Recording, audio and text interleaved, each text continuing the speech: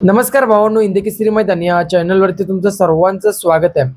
भावांनो, आज निमसोडचं मैदान आणि या मैदानातला नक्कीच गट क्रमांक 53चा निकाल कोणाला दिला ते सांगणार आहोत. व्हिडिओ शेवटपर्यंत बघा आणि जर तुम्ही आपल्या चॅनलला नवीन असाल तर चॅनलला सबस्क्राईब करायला विसरू नका, कारण आपण बैलगाडी शर्यत क्षेत्रामध्ये नवीन नवीन अपडेट्स घेऊन येत असतो.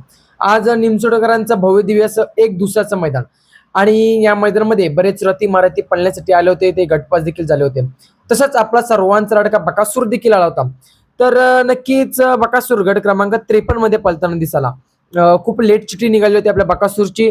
गट क्रमांक 53 मध्ये तास क्रमांक 3 वरून निघाली होती. तिथे आपला बकासूर आपल्याला पळताना दिसाला छावा सोबत. बकासूर आणि अक्कलकोटचा छावा हा जोड एकत्र पळताना दिसाला. तर नक्कीच बकासूरची सुट्टी बरोबर नाही झाली भावांनो.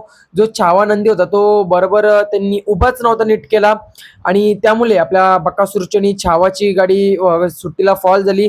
दुसऱ्या तासामध्ये गेली, त्यामुळे निकाल कॅन्सल झालेला आहे. खूप वाईट वाटत आहे भावांनो. आज निमसोडचं मैदान आणि या मैदानामध्ये नक्कीच आपल्या गुलालाची अपेक्षा होती, परंतु बकासूरची गाडी फॉल झालेली आहे. त्यामुळे पंचांनी निकाल 2 नंबरला गाडी उतरली होती मोने आणि सर्जाची, त्या गाडीला निकाल दिलेला आहे.